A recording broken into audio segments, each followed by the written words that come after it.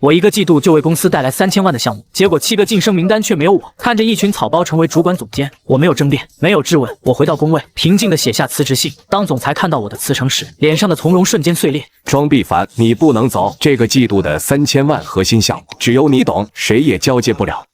陈东，我们公司的总裁，此刻正用2根手指夹着我那封薄薄的辞职信。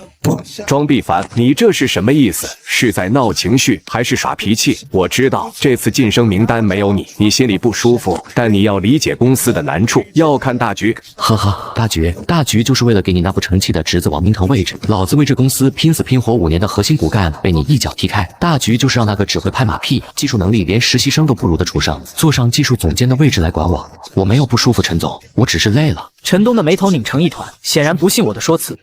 庄必凡，我们不是1天2天的交情了。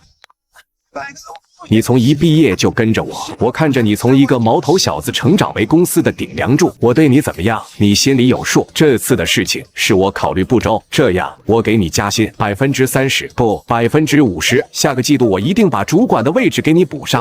陈东那张虚伪的脸上堆满了自以为是的诚恳，我忽然觉得有些可笑，打断他的长篇大论。陈总，项目进度很紧迫，您再不找人交接，怕是真的要耽误不起了。我的话音不高，却像一把锋利的刀子，精准地刺向他的要害。3000万的核心项目是公司今年最大的一块蛋糕，也是我呕心沥血1年的成果。整个项目全是我一手搭建，不夸张地说，每一行代码都刻着我的名字。他找不到第2个能完整接手的人。带着他那震惊与不安的表情，我回到座位。凡哥，你真的要走？为什么？是不是因为晋升的事？那帮人也太不是东西了。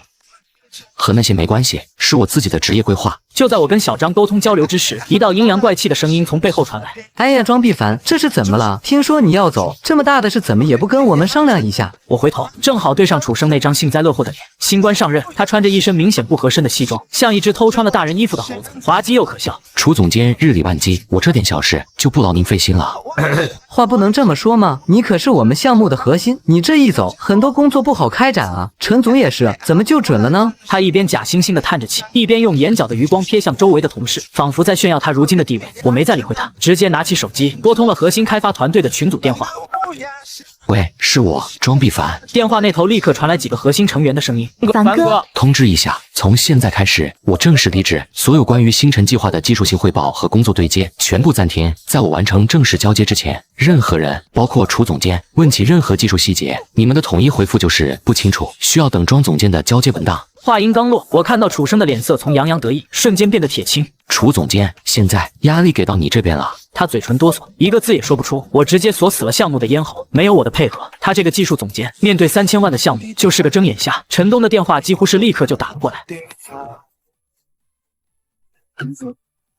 庄必凡，你到底想怎么样？不要做得太过分。我没有过分，陈总，我只是在履行一个离职员工的正常程序。交接可以，但我需要时间整理我个人的事务，毕竟我在这个项目上投入了太多，很多东西需要梳理清楚，免得以后有什么知识产权的纠纷。电话那头的陈东沉默了，他听懂了，现在游戏的规则由我来定。第2天，会议室的门敞开着，陈东、楚生以及那个凭着裙带关系上位的总裁侄子王明都坐在里面。庄必凡，你说要交接，我们今天就专门为你开这个会。这几位都是公司新提拔的主管，以后项目会由他们共同负责，楚总监主导，王明协助。我扫了一眼那几张或心虚或倨傲的脸，就是一群乌合之众。尤其是那个王明，20多岁的年纪，穿着一身潮牌，吊儿郎当的靠在椅子上，看我的眼神里充满了不屑和审视。好，那我们开始吧。屏幕上亮起星辰计划复杂而精密的系统架构图，像一张巨大的蛛网。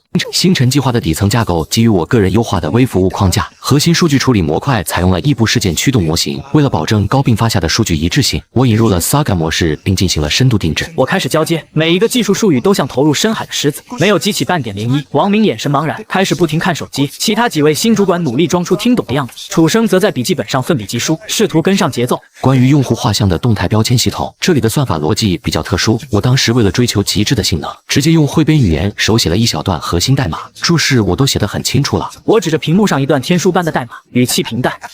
楚生的脸色涨红，终于忍不住了。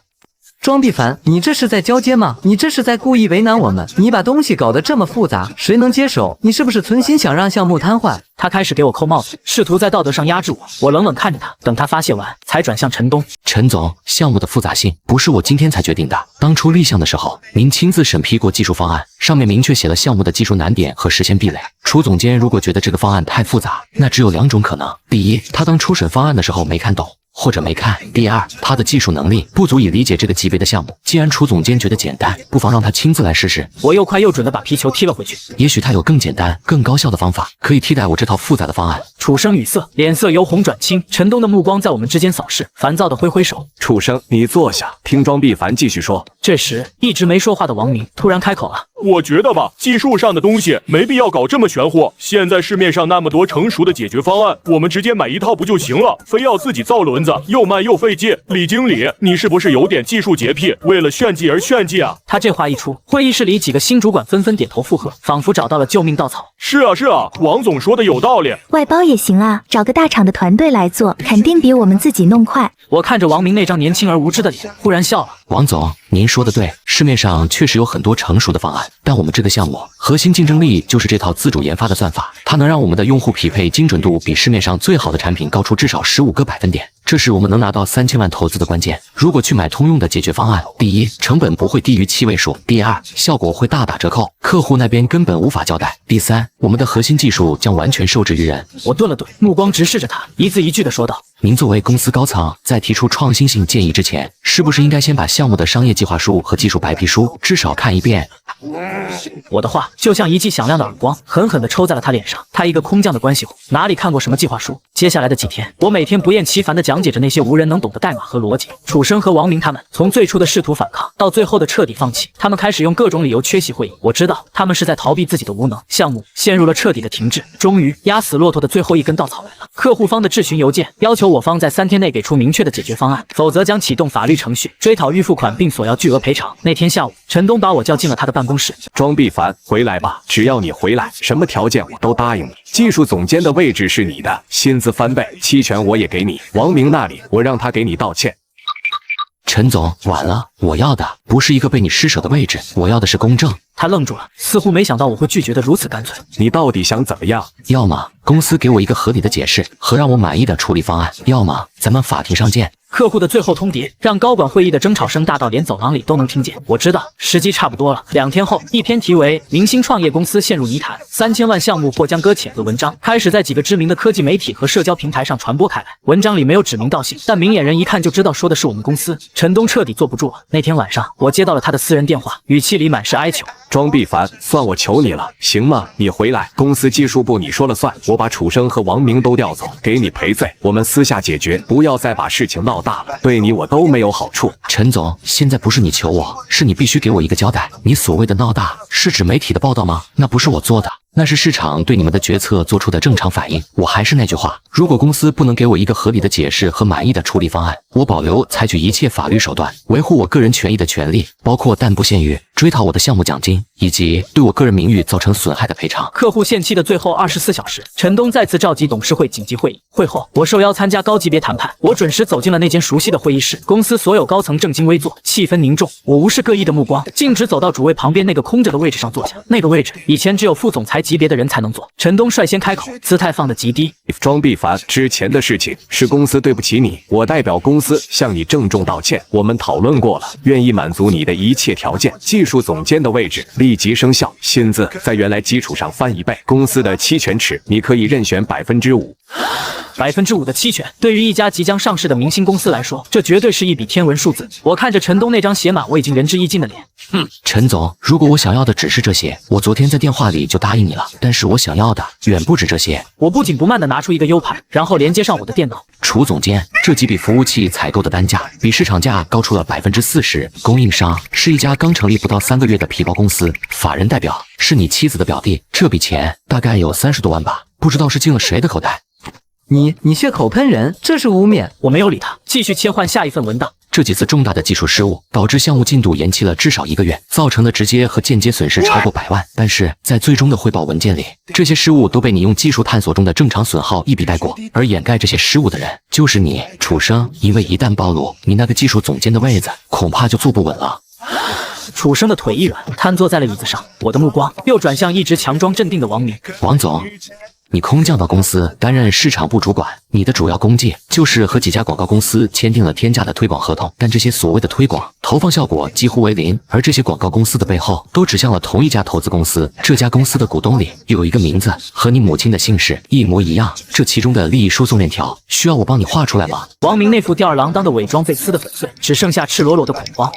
我环视着这一屋子曾经轻视我、算计我的人。我庄必凡在这个公司干了5年，我加班最晚，拿的奖金最少，我做的项目为公司赚了上亿的利润。我以为我的付出配得上一份最基本的尊重和公平，但是你们却把我的尊严踩在脚下，碾得粉碎。现在我不仅要拿回属于我的晋升，我还要一个清白的公司环境，一个真正靠能力说话的公平平台。我的声音在空旷的会议室里回荡，掷地有声。我收回目光，看向面如死灰的陈东。我的条件很简单：第一，楚生和王明必须为他们的行为负责，立刻从公司滚蛋。公司必须以贪腐和渎职的名义将他们移交司法机关。第二，公司必须在全公司范围内公开通报此事，向我、向所有被不公平对待的员工公开道歉，并立刻重审此次的晋升制度，重新评估所有人的资格。我的技术总监职位必须是董事会任命，而非你的口头许诺。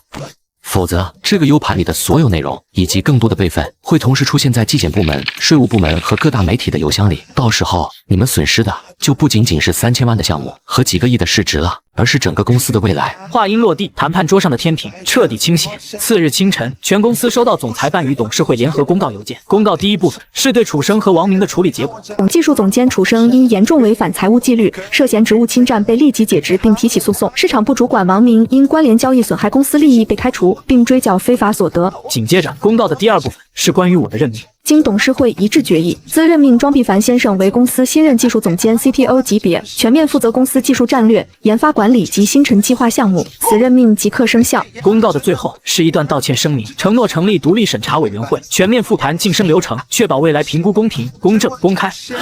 办公室里，员工们看着公告，一片哗然。而我上任的第一件事，就是让星辰计划这台熄火已久的引擎重新高速运转起来。我亲自带队攻克技术瓶颈，并飞往客户总部。当我在会议室展示性能超预期的系统原型，并用流利专业的表达解答所有尖锐技术问题后，那位以严苛著称的 CEO 主动站起来和我握手。庄总，我得承认，你的能力和你的团队让我对这个项目重新充满了信心。之前的不愉快就让它过去吧。一场濒临爆发的违约危机被我成功化解，星辰计划重回正轨，并且以前所未有的速度向前推进。我的名字也在业内迅速传开，猎头电话不断。其中最有诚意的是我们的主要竞争对手启明科技，他们的首席人力资源官，一个业内非常有名的女强人，亲自约我喝咖啡。庄总，我们 CEO 非常欣赏你的能力和魄力，我们愿意提供集团副总裁兼首席技术官的职位，薪资是你目前的3倍，外加公司原始股。我们很快就要启动上市流程，这些股份的价值，我想你很清楚。他微笑着，眼神里充满了自信，仿佛没有人能拒绝这样的条件。谢谢你的好意，但我暂时没有离开的打算。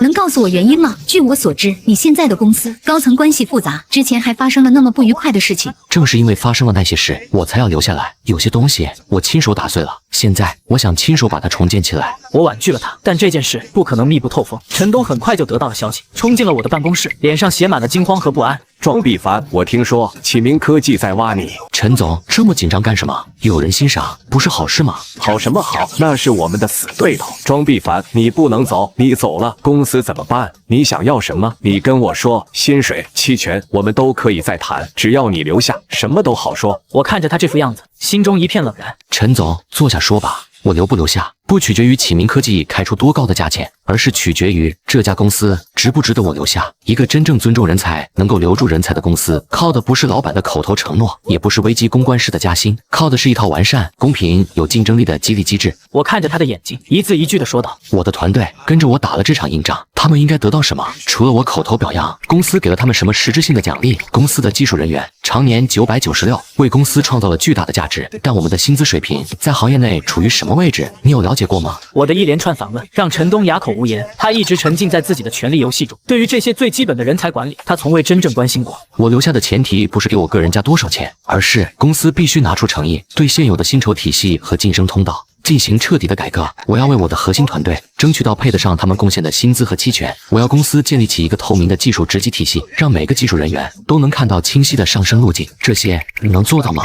陈总？陈东看着我，眼神复杂。他知道这会触动很多既得利益者的蛋糕，会增加公司短期的运营成本，但他更明白，拒绝意味着失去我与公司的未来。好，我答应你，我立刻让人力资源部联合你成立一个专项小组，由你来主导这次改革。公司董事会那边，我去说服，预算资源全部向你倾斜。说完，他又补充了一句，像是在给自己上最后一道保险。另外，为了方便你推动工作，我提议由你兼任公司的执行副总裁，进入公司的最高决策层。星辰计划在我的铁腕推动和团队的全力以赴下，最终提前2周高质量地完成了所有开发和测试工作。项目正式上线那天，各项数据指标全线飘红，公司为项目组举办了盛大的庆功宴。今天我最想感谢的人是我们的执行副总裁庄必凡先生，是他在公司最危急的时刻力挽狂澜，是他用我们无法想象的能力和魄力带领团队创造了今天的奇迹。他当着所有人的面，深深地向我鞠了一躬。我得承认，我的决策和眼光远不如他，公司的未来需要他这样有远见、有担当的领导者。